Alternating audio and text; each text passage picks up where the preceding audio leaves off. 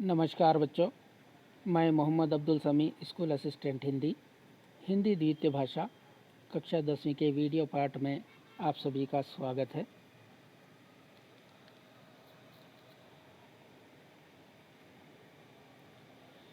आज हम पहली इकाई के तीसरे पाठ माँ मुझे आने दे कविता को देखते हैं। माँ मुझे आने दे कविता पाठ है। इस कविता की कवियत्री मृदुल जोशी जी हैं। उन्मुखीकरण: माँ चाहिए, बहन चाहिए, पत्नी चाहिए, फिर बेटी क्यों नहीं चाहिए। अनदेखी बिटियां करे पुकार, मत करो ये अत्याचार। हम सब चाहते हैं कि हमारी माँ हो, बहन हो, पत्नी भी हो, लेकिन जब बेटी की बात आती है तो बेटी कोई नहीं चाहता। कुछ लोग तो माँ की कोख में ही भ्रूण अर्थात गर्भ में पल रहे शिशु के लिंग का पता लगाकर बेटी है तो उसकी माँ के गर्भ में ही हत्या कर देते हैं। इसीलिए अनदेखी अर्थात जिसने अभी जन्म नहीं लिया ये पुकार कर रही है कि हम पर ये अत्याचार ना करो, अर्थात जन्म से पहले ही हमारी हत्या ना करो। उन्मुखीकरण से संबंधित प्रश्न है। पहला प्रश्न, अनदेखी बिटियां क्या कहती है। अनदेखी बिटियां बेटियों पर अत्याचार ना करने के लिए कहती हैं। उन्मुखीकरण से संबंधित दूसरा प्रश्न है, इन पंक्तियों से क्या संदेश मिलता है। इन पंक्तियों से यह संदेश मिलता है कि माँ, बहन और पत्नी के समान बेटी का भी महत्व है, क्योंकि बेटी ही बड़ी होकर बहन, पत्नी और माँ की भूमिका निभाती है। इसलिए बेटी को गर्भ में मारने का अत्याचार ना करें। उन्मुखीकरण से संबंधित तीसरा प्रश्न है, नारी के बिना समाज की कल्पना असंभव है। इस पर अपने विचार बताइए। नारी के बिना समाज की कल्पना असंभव है, क्योंकि स्त्री प्रकृति है, जन्मदात्री है। स्त्री और पुरुष दोनों एक दूसरे के पूरक हैं। एक के बिना दूसरे का अस्तित्व नहीं। स्त्री पुरुष समाज रूपी गाड़ी के दो चक्र हैं, जिससे समाज रूपी गाड़ी चलती है। समाज के निर्माण में जितना योगदान पुरुष का है उतना ही स्त्री का भी है। स्त्री अनेक रूपों में पुरुष का साथ देती आई है। समाज के हर क्षेत्र में नारी की आवश्यकता अनिवार्य है। माँ के रूप में नारी अपने बच्चों की देखभाल कर सकती है, वैसे एक पुरुष कभी नहीं कर सकता। पत्नी के रूप में नारी अपने पति के हर सुख दुख में साथ देती है। घर पत्नी के कारण ही स्वर्ग जैसा लगता है। नारी बहन के रूप में भाई के लिए प्रेम का सागर और सबसे अच्छी मित्र होती है। नारी बेटी के रूप में घर की लक्ष्मी होती है। इसलिए स्त्री के बिना समाज की कल्पना संभव नहीं। गर्भ से लिंग परीक्षण जांच के बाद बालिका शिशु को हटाना कन्या भ्रूण हत्या है। केवल पहले लड़का पाने की परिवार में बुजुर्ग सदस्यों की इच्छाओं को पूरा करने के लिए जन्म से पहले बालिका शिशु को गर्भ में ही मार दिया जाता है। ये सभी प्रक्रिया पारिवारिक दबाव, खास तौर से पति और ससुराल पक्ष के लोगों के द्वारा की जाती है। इसी विषय को मृदुल जोशी जी ने माँ मुझे आने दे कविता में उठाया है। तो चलिए देखते हैं माँ मुझे आने दे कविता। माँ मुझे आने दे कविता का उद्देश्य छात्रों को छंद मुक्त कविताओं से परिचय करवाना है। इस कविता के माध्यम से भ्रूण हत्याओं के विरोध करने का प्रयास किया जा रहा है। लिंग भेद का डटकर विरोध करना, भ्रूण हत्याओं पर रोक लगाकर बालिका शिक्षा की प्रेरणा देना इसका उद्देश्य है। विधा विशेष: माँ मुझे आने दे एक छंद मुक्त कविता है। इसमें प्रत्येक पंक्ति कविता विषय के इर्द गिर्द घूमती रहती है। सटीक और प्रभावशाली शब्दावली ऐसी कविताओं की पहली मांग होती है। कवित्री परिचय: माँ मुझे आने दे कविता की कवित्री मृदुल जोशी जी हैं। कवित्री मृदुल जोशी का जन्म सन 1960 में उत्तराखंड के काठगोदाम में हुआ। इनकी रचनाओं का मुख्य विषय नारी चेतना व सम समाज का निर्माण है। इनकी चर्चित रचनाएं समकालीन हिंदी काव्य में आम आदमी गुम हो गए अर्थ की तलाश में शब्दों के क्षितिज से इन दिनों आदि हैं। विषय प्रवेश। स्त्री और पुरुष दोनों समाज रूपी शक्ति के दो रूप हैं। दोनों कार्यकुशल, गुणी और बुद्धिमान होते हैं। समाज के निर्माण में दोनों का समान महत्व है। वेदों में स्त्री की तुलना देवी से की गई है। कहते हैं जहाँ नारी का वास होता है वहाँ देवता बसते हैं। लेकिन सामाजिक विषमताओं के कारण आज भी भ्रूण हत्याएं देखी जा रही हैं। ऐसी घटनाएं सामाजिक मानवीय अपराध हैं। ऐसे अपराध को समाप्त करना बेहद ज़रूरी है। तो चलिए देखते हैं माँ मुझे आने दे कविता। माँ मुझे आने दे, डर मत आने दे। माँ मुझे आने दे, डर मत आने दे। फैलूंगी तेरे आंगन में हरियाली बनकर, लिपटूंगी तेरे आंचल में खुशबू बनकर।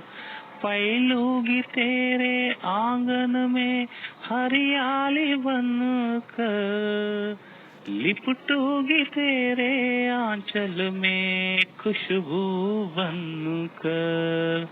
माँ मुझे आने दे, डर मत आने दे।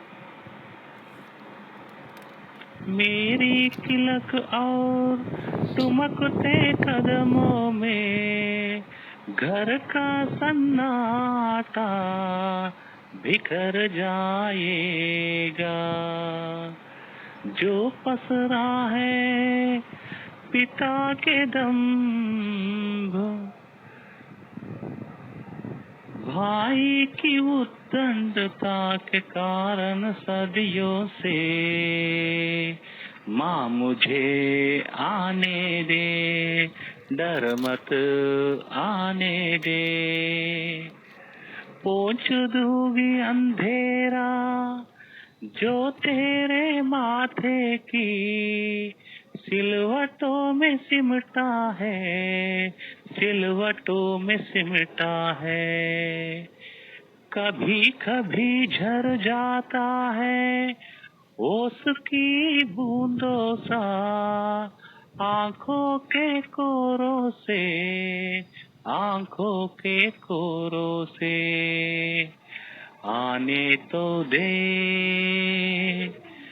धुल जाएगा सारा का सारा रूखीला एहसास। अकेला मिजाज जो चिपका है घर की, सारी की सारी दीवारों बंद दरवाजा खिड़कियों में, बंद दरवाजा खिड़कियों में।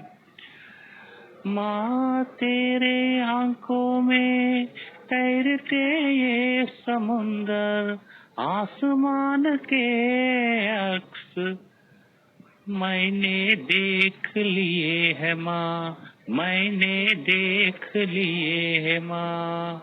माँ जा सकती हूँ मैं दूर पार, उस झिलमिलाती दुनिया में, उस झिलमिलाती दुनिया में। ला सकती हूँ वहाँ से चमकीले टुकड़े तेरे सपनों के, तेरे सपनों के।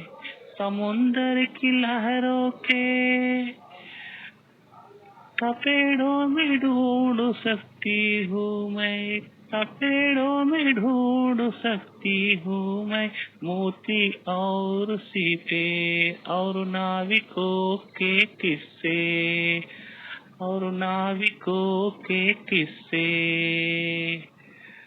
पर कर सकती हूँ मैं सब कुछ जो रोशनी सा चमकीला हो, रंगों सा चटकीला हो, पर आने तो दे, डर मत माँ, मुझे आने दे।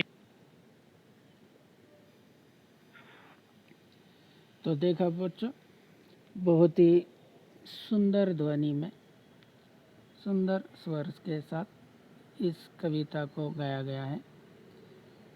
अब हम दूसरा वीडियो देखते हैं। कुछ छात्राओं ने इस गीत को गाया है, चलिए वो भी देख लेते हैं।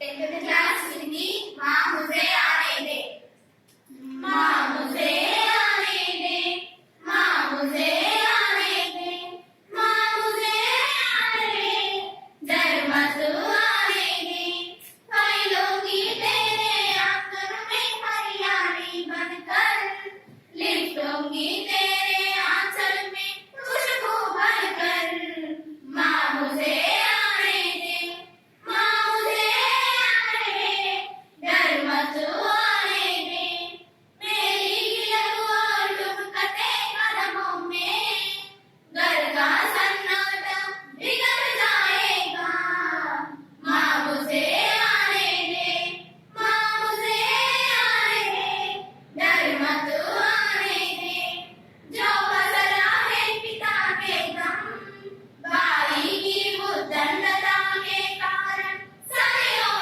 से ओझ लूंगी अंधेरा, जो तेरे वादे की सिलवटों में सिमटा है, कभी कभी जल जाता है, ओस की बूंदों सा आंखों की झोरों से आने तो दे, धुल जाएगा सारा का सारा रुकिला एहसास, अगर यहाँ जान रोज पुकारे, घर की सारी दीवारों, बंद दरवाजों, खिड़कियों में, तेरे आंखों में तैरते समुंदर, तेरे आसमान के आंसू मैंने देख लिया है माँ,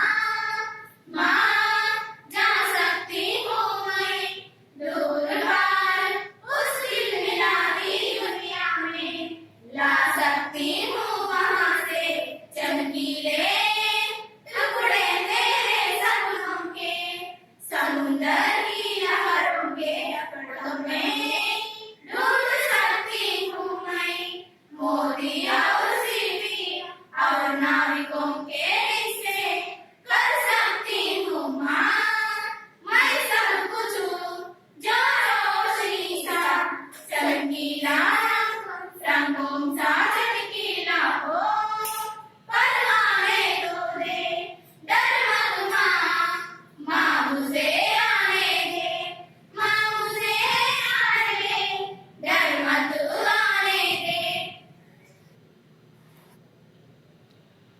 हाँ, तो हमने वीडियो देखा है, चलिए अब इसको विस्तार से समझते हैं।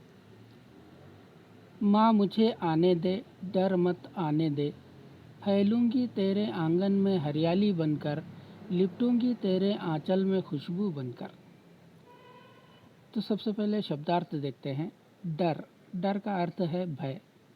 फैलना, फैलना अर्थात जगह घेरना, विस्तृत होना। आंगन, मकान की सीमा में आने वाला खुला स्थान। हम हमारे घरों के सामने जो खुला स्थान होता है, जो खुली जगह होती है, उसे हम आंगन कहते हैं। हरियाली, हरियाली अर्थात हरा भरा होने का भाव। लिपटना, लिपटना का अर्थ है सट जाना या चिपकना। आंचल, आंचल का अर्थ है साड़ी या दुपट्टे आदि के दोनों छोरों के पास का भाग, इसे हम पल्ला भी कहते हैं, पल्ला। खुशबू, अच्छी गंध, महक, सुगंध, सुवास। आंगन में हरियाली बनकर फैलना। दूसरी पंक्ति में दिया गया है, फैलूंगी तेरे आंगन में हरियाली बनकर। आंगन में हरियाली बनकर फैलना। हरियाली खुशी, आनंद, सुख, समृद्धि का प्रतीक माना जाता है, इसलिए इसका अर्थ होगा आंगन में खुशी, आनंद, सुख, समृद्धि बनकर फैलना। आंचल में खुशबू बनकर लिपटना। तीसरी पंक्ति में दिया गया है, लिपटूंगी तेरे आंचल में खुशबू बनकर। आंचल में खुशबू बनकर लिपटना। खुशबू बहुत तेज़ी से दूर दूर तक फैल जाती है और लोगों को पता चल जाता है, इसलिए यहाँ अर्थ होगा दूर दूर तक नाम रोशन करना, प्रसिद्धि प्राप्त करना। माँ मुझे आने दे, डर मत आने दे, फैलूंगी तेरे आंगन में हरियाली बनकर, लिपटूंगी तेरे आंचल में खुशबू बनकर। अनदेखी अजन्मी बेटी अपनी माँ से कह रही है कि माँ मुझे जन्म लेने दे, माँ मुझे आने दे, मेरे जन्म को लेकर किसी भी प्रकार से डरने की आवश्यकता नहीं है, माँ मुझे इस संसार में आने दे।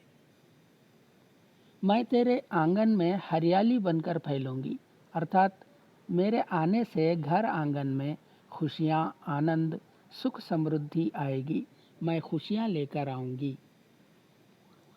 मैं तेरे आंचल से खुशबू बनकर लिपटूंगी, अर्थात जिस तरह खुशबू चारों दिशाओं में फैल जाती है, वैसे ही चारों ओर मैं तुम्हारा नाम रोशन करूंगी।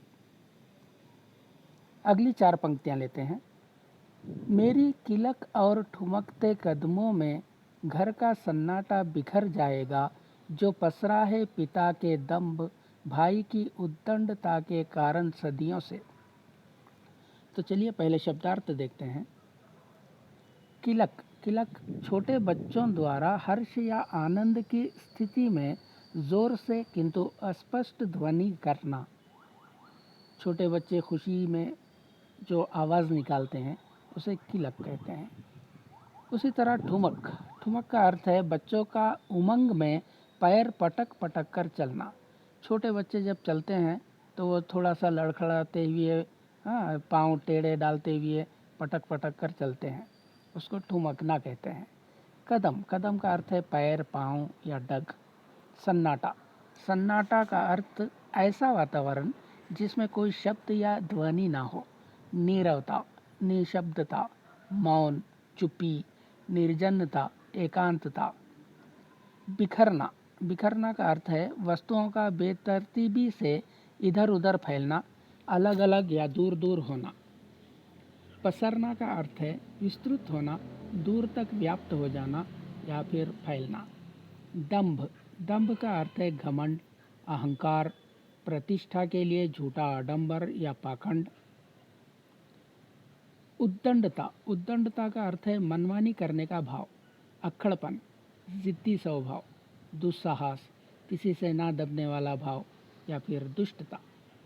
सदी, सदी का अर्थ है शताब्दी या 100। सन्नाटा बिखर जाना, घर का सन्नाटा बिखर जाएगा, सन्नाटा बिखर जाना। सन्नाटा बिखर जाना का अर्थ होगा खामोशी दूर हो जाना। सन्नाटा पसरना, सन्नाटा पसरना अर्थात खामोशी या नीरवता या चुप्पी फैलना। सदियों से, यहाँ कविता के अनुसार अगर हम इसका अर्थ देखेंगे तो यहाँ पर होगा लंबे समय से।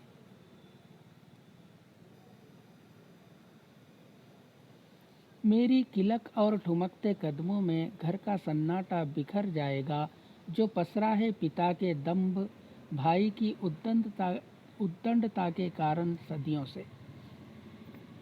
मेरी किलकारियों से घर में जो खामोशी और चुप्पी छाई हुई है वो दूर हो जाएगी। मेरे ठुमक कर चलने से घर में चहल पहल और हलचल आ जाएगी, नीरवता समाप्त होगी।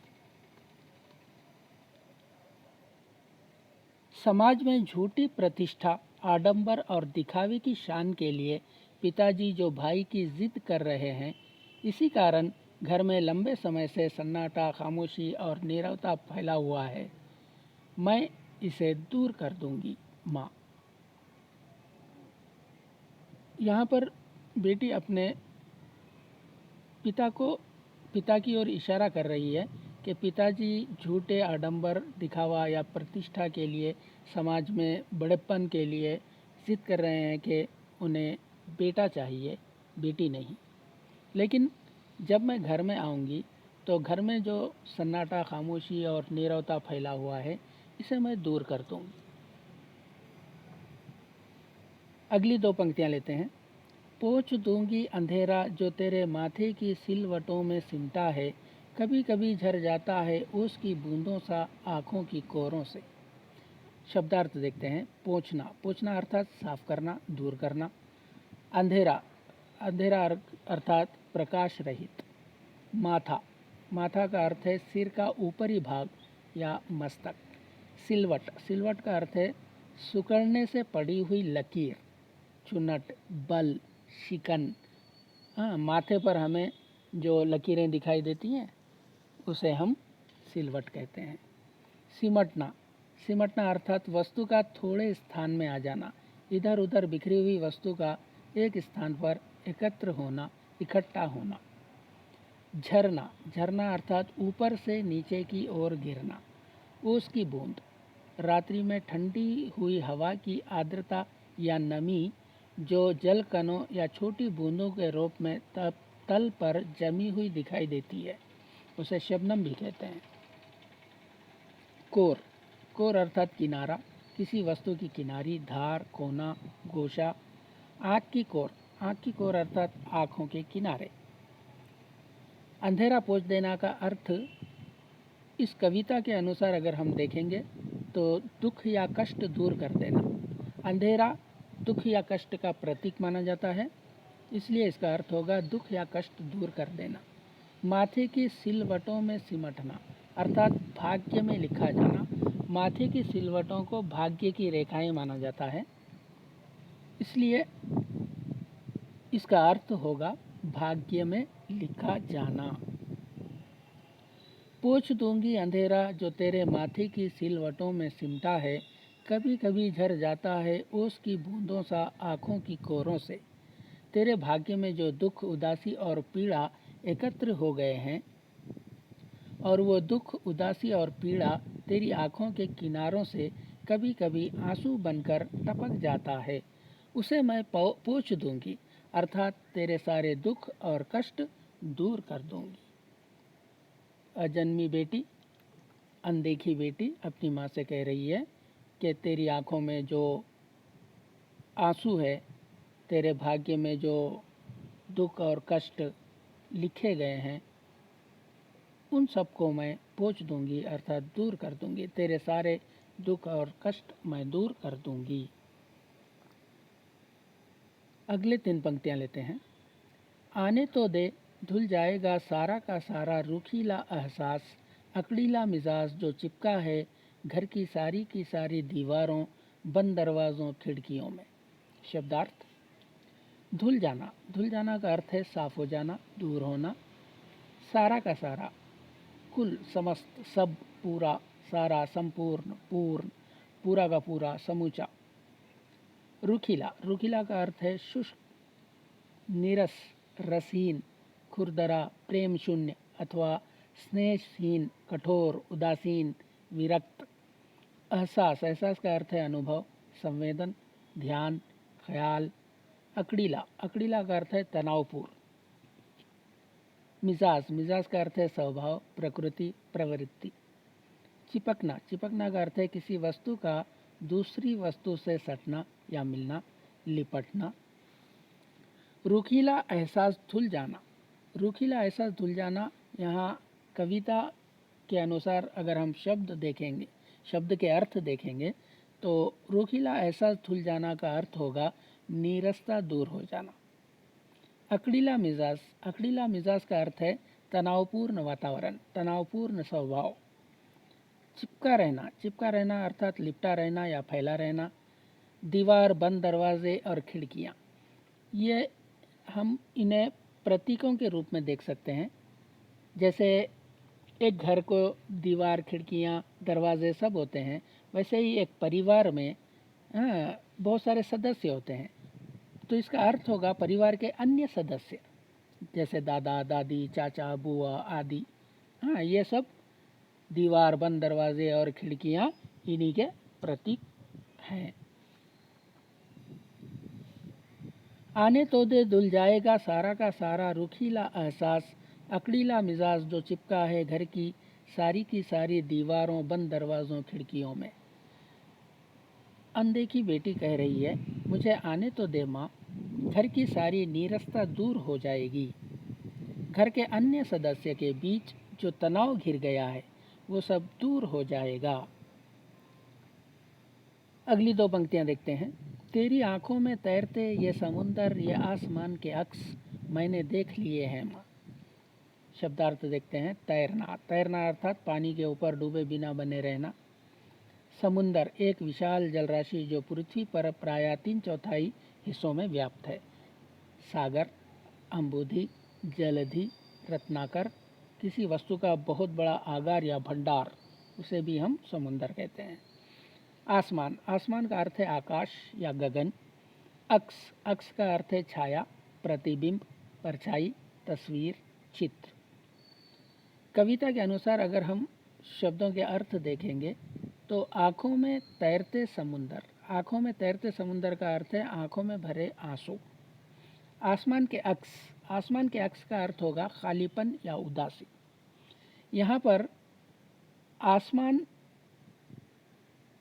के अक्स, अक्स अर्थात अक्स हम देखा छाया, प्रतिबिंब, परछाई, तस्वीर। तो आसमान के अक्स आंखों में देखना मतलब आंखों में खालीपन देखना। आकाश में हम जानते हैं पूरा का पूरा खाली है, अर्थात वहाँ वायु नहीं है। वायु ना होने के कारण वहाँ पर ध्वनि नहीं है, हाँ, वहाँ पर कोई आवाज़ नहीं होती, सब पूरा का पूरा खालीपन होता है। हाँ, कोई शब्द नहीं, निशब्द, हाँ, निरक्षर कहते हैं, जहाँ पर कोई आवाज़ नहीं होती। एक तरह से चारों ओर उदास दिखाई देता है, उदासी छाई हुई होती है। तो यहाँ पर आसमान के अक्स का अर्थ होगा खालीपन या फिर उदासी। तेरी आंखों में तैरते ये समुंदर, ये आसमान के अक्स मैंने देख लिए हैं माँ। अजन्मी अनदेखी बेटी कह रही है अपनी माँ से कि माँ, तेरी आंखों में आंसू भरे हुए हैं, उदासी और खालीपन है। माँ, तेरी आंखों में भरे हुए आंसू, उदासी और खालीपन मैंने देख लिए हैं। अगली 4 पंक्तियां देखते हैं। माँ, जा सकती हूँ मैं दूर पार, उस झिलमिलाती दुनिया में ला सकती हूँ वहाँ से चमकीले टुकड़े तेरे सपनों के, समुंदर की लहरों के थपेड़ों में ढूंढ सकती हूँ मैं मोती और सीपी और नाविकों के किस्से। चलिए शब्दार्थ देखते हैं। दूर पार, दूर पार अर्थात बहुत दूर। झिलमिलाना, झिलमिलाना अर्थात रह रहकर चमकना, कभी चमकना और कभी ना चमकना। रोशनी का हिलना या टिमटिमाना। चमकीले, चमकीले का अर्थ होगा चमकने वाला, चमकदार, प्रकाशमान, भड़कीला। टुकड़े, टुकड़े का अर्थ होगा किसी वस्तु का टूटकर या कट छटकर अलग हुआ कोई हिस्सा, भाग या खंड, जैसे रोटी का टुकड़ा, जमीन का टुकड़ा आदि। सपने, सपने अर्थात नींद की स्थिति में दिखाई देने वाला दृश्य, बात या घटना, स्वप्न, ख्वाब, कामना, साध। लहर, लहर का अर्थ है हवा में, हवा से जल में उठने वाली हिलोर, हिलकोर या तरंग। थपेड़े, थपेड़े अर्थात घात प्रतिघात, एक के पीछे एक घात प्रतिघात होना, उसे थपेड़े कहते हैं। मोती, मोती एक बहुमूल्य रत्न जो छिछले समुद्रों में सीपी में से निकलता है, जिसे हम मुक्ता भी कहते हैं। सीपी, समुद्र में रहने वाला एक जीव। नाविक, नाव चलाने वाला। किस्से, किस्से का अर्थ है कथा या कहानी। कविता के अनुसार यहाँ पर कुछ शब्द आए हैं, उन्हें समझना आवश्यक है। तो चलिए देखते हैं। झिलमिलाती दुनिया, झिलमिलाती दुनिया का अर्थ होगा चमकती हुई दुनिया या जगमगाती दुनिया। सपनों के चमकीले टुकड़े, सपनों के चमकीले टुकड़े का अर्थ है मनोकामना, अभिलाषा, चाह, ख्वाहिश, तमन्ना, कामना, इष्ट, प्रिय या सुखद वस्तु को प्राप्त करने की मनोवृत्ति, तृप्ति या संतोष के लिए मन में होने वाली चाह। नाविकों के किस्से, नाविकों के किस्से का अर्थ यहाँ पर कविता में इसका अर्थ होगा समुद्र में शताब्दियों से नाव डूबते रहे हैं। हम जानते हैं समुद्र में कई शताब्दियों से नाव चल रहे हैं। प्राचीन राजाओं के पास भी नाव हुआ करते थे। जब समुद्र में नाव जाते हैं तो तूफान या किसी और कारण से नाव समुद्र में डूब जाते हैं। तो आज भी समुद्र की गहराइयों में ऐसे अनेक नाव या पानी के जहाज डूबे हुए हैं जिनके बारे में दुनिया को पता भी नहीं है। अर्थात समुद्र में बहुत दूर तक नाव चली गई है, तो दूसरे जो भूभाग है वहाँ से उनका संपर्क ही नहीं होता था। प्राचीन काल में आज के जैसी टेक्नोलॉजी तो थी नहीं। हाँ, इसलिए भूभाग पर जो लोग होते थे उनसे कोई संपर्क नहीं होता था। वो यदि समुद्र के बीचों बीच कोई नाव डूब जाती तो वो सदियों तक वहीं पड़ी रहती। तो आज भी ऐसे कई नाव हैं जो समुद्र में डूबे हुए हैं जिनके बारे में दुनिया को कोई पता नहीं है। उन पानी के जहाज़ों पर सवार नाविकों के कितने ही किस्से समुद्र की गहराई में दबे पड़े हैं। उन नाविकों के जो किस्से हैं, अर्थात नाव पर क्या हुआ था, नाव में कौन कौन थे, कहाँ के लोग थे, कहाँ जा रहे थे, उस नाव में क्या ऐसी चीज़ें थी, ये सभी कहानियाँ किस्से उसमें दबे हुए हैं। तो नाविकों के किस्से अर्थात उस समुद्र में डूबे हुए जो नाव है, हाँ, उसको चलाने वाले जो नाविक या उस नाव पर जो लोग थे, नाविक थे, उनके जो किस्से कहानियाँ हैं वो। माँ जा सकती हूँ मैं दूर पार उस झिलमिलाती दुनिया में, ला सकती हूँ वहाँ से चमकीले टुकड़े तेरे सपनों के, समुंदर की लहरों के थपेड़ों में ढूंढ सकती हूँ मैं मोती और सीपी और नाविकों के किस्से। अर्थात अनदेखी बेटी अपनी माँ से कह रही है कि माँ, मैं उस जगमगाती दुनिया में बहुत दूर तक जा सकती हूँ। अर्थात मैं उस झिलमिलाती या चमकती दुनिया में अपना स्थान बना सकती हूँ। माँ, तूने अपने मन में जो सपने संजोए हैं, तुम्हारे मन में जो अभिलाषा, तमन्ना या चाह है, उसे मैं पूरा कर सकती हूँ। जैसे एक बेटे को लेकर सपने देखते हैं कि बेटा बड़ा होकर ये काम करेगा या फिर वो काम करेगा। हाँ, जो सपने माँ या पिता जो देखते हैं उसे मैं पूरा कर सकती हूँ। जो एक बेटा कर सकता है, मैं बेटी भी वो काम कर सकती हूँ। माँ, मैं समुद्र में उठने वाली घात प्रतिघात करती लहरों के बीच जा सकती हूँ। समुद्र में जो लहरें उठती हैं, हाँ, और जो घात प्रतिघात अर्थात जो समुद्र के किनारे से जो टकराती हैं लहरें, घात प्रतिघात करती हैं, हाँ, उनके बीच मैं जा सकती हूँ। माँ, मैं समुद्र में उठने वाली घात प्रतिघात करती लहरों के बीच बहुमूल्य मोती, सीप और समुद्र की गहराई में दबे पड़े नाविकों के किस्से ढूंढ सकती हूँ। अर्थात कठोर से कठोर कार्य जो एक बेटा कर सकता है, मैं भी कर सकती हूँ। अगली दो पंक्तियाँ देखते हैं। कर सकती हूँ माँ मैं सब कुछ जो रोशनी सा चमकीला, रंगों सा चटकीला हो, पर आने तो दे, डर मत माँ मुझे आने दे। शब्दार्थ देखते हैं। रोशनी, रोशनी का अर्थ है प्रकाश या ज्योति। चमकीला, चमकने वाला या चमकदार, प्रकाशमान। चटकीला, चटकीला का अर्थ है जिसका रंग तेज या भड़कीला हो, कांति युक्त, चमकीला, चटकदार। रोशनी सा चमकीला, कविता के अनुसार इसका अर्थ होगा बड़े से बड़ा कार्य, बड़े नाम वाला पद। रंगों सा चटकीला, रंगों सा चटकीला कविता के अनुसार यदि हम इसका अर्थ देखेंगे तो इसका अर्थ होगा गरिमा वाला पद या फिर रोब वाला पद। कर सकती हूँ माँ मैं सब कुछ जो रोशनी सा चमकीला, रंगों सा चटकीला हो, पर आने तो दे, डर मत माँ मुझे आने दे। अजन्मी अनदेखी बेटी कह रही है, माँ मैं बड़े से बड़ा जिम्मेदारी वाला, गरिमा वाला, रोब वाला कार्य मैं कर सकती हूँ। मुझे जन्म तो लेने दे माँ, डर मत माँ मुझे आने दे माँ। यदि हम इस कविता का पूरा सारांश देखेंगे तो वो कुछ इस प्रकार होगा। अनदेखी अजन्मी बेटी अपनी माँ से कह रही है कि माँ मुझे जन्म लेने दे, मेरे जन्म को लेकर किसी भी प्रकार से डरने की आवश्यकता नहीं है। माँ मुझे इस संसार में आने दे, मैं तेरे आंगन में हरियाली बनकर फैलूंगी, अर्थात मेरे आने से घर आंगन में खुशियाँ, आनंद, सुख, समृद्धि आएगी।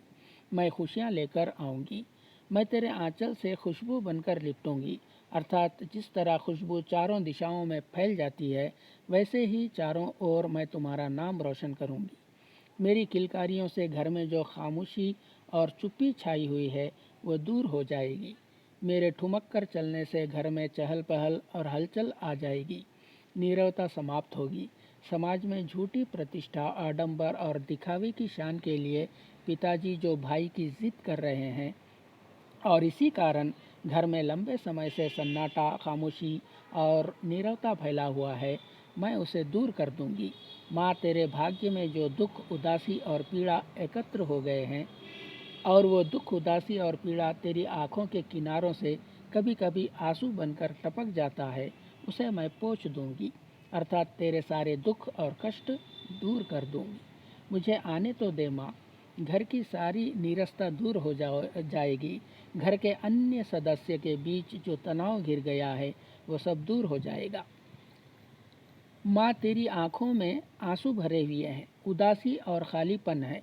माँ, तेरी आंखों में भरे हुए आंसू, उदासी और खालीपन मैंने देख लिया है। माँ, मैं उस जगमगाती दुनिया में बहुत दूर तक जा सकती हूँ, अर्थात मैं उस झिलमिलाती या चमकती दुनिया में अपना स्थान बना सकती हूँ। माँ, तूने अपने मन में जो सपने संजोए हैं, तुम्हारे मन में जो अभिलाषा या तमन्ना या चाह है, उसे मैं पूरा कर सकती हूँ। माँ, मैं समुद्र में उठने वाली घात प्रतिघात करती लहरों के बीच जा सकती हूँ।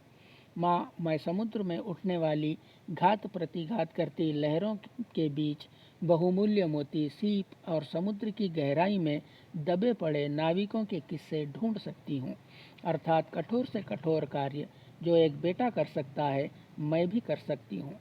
माँ, मैं बड़े से बड़ा जिम्मेदारी वाला, गरिमा वाला, रोब वाला कार्य मैं कर सकती हूँ। मुझे जन्म तो लेने दे माँ, डर मत माँ, मुझे आने दे। तो बच्चों, देखा, कविता में बहुत अच्छा संदेश दिया गया है। चलिए एक बार फिर से इस कविता को देखकर समाप्त करते हैं। माँ मुझे आने दे, डर मत आने दे। माँ मुझे आने दे, डर मत आने दे। फैलूंगी तेरे आंगन में हरियाली बनकर, लिपटूंगी तेरे आंचल में खुशबू बनकर। फैलूंगी तेरे आंगन में हरियाली बनकर, लिपटूंगी तेरे आंचल में खुशबू बनकर। माँ मुझे आने दे, डर मत आने दे। मेरी किलक और टुमकते कदमों में घर का सन्नाटा बिखर जाएगा। जो पसरा है पिता के दम्भ, भाई की उद्दंडता के कारण सदियों से, माँ मुझे आने दे, डर मत आने दे। पोंछ दूंगी अंधेरा जो तेरे माथे की सिलवटों में सिमटा है, सिलवटों में सिमटा है। कभी कभी झर जाता है ओस की बूंदों सा आंखों के कोरों से, आंखों के कोरों से आने तो दे, धुल जाएगा सारा का सारा रूखीला एहसास, अकेला मिजाज जो चिपका है घर की, सारी की सारी दीवारों बंद दरवाजा खिड़कियों में, बंद दरवाजा खिड़कियों में। माँ तेरे आंखों में तैरते ये समुंदर, आसमान के अक्स मैंने देख लिए है माँ, मैंने देख लिए है माँ। माँ जा सकती हूँ मैं दूर पार, उस झिलमिलाती दुनिया में, उस झिलमिलाती दुनिया में ला सकती हूँ वहाँ से चमकीले टुकड़े तेरे सपनों के, तेरे सपनों के, समुंदर की लहरों के तपेड़ों में ढूंढ सकती हूँ मैं, तपेड़ों में ढूंढ सकती हूँ मैं मोती और सीपे और नाविकों के किस्से, और नाविकों के किस्से पर कर सकती हूँ मैं सब कुछ जो रोशनी सा चमकीला हो, रंगों सा चटकीला हो, पर आने तो दे, डर मत माँ मुझे आने दे।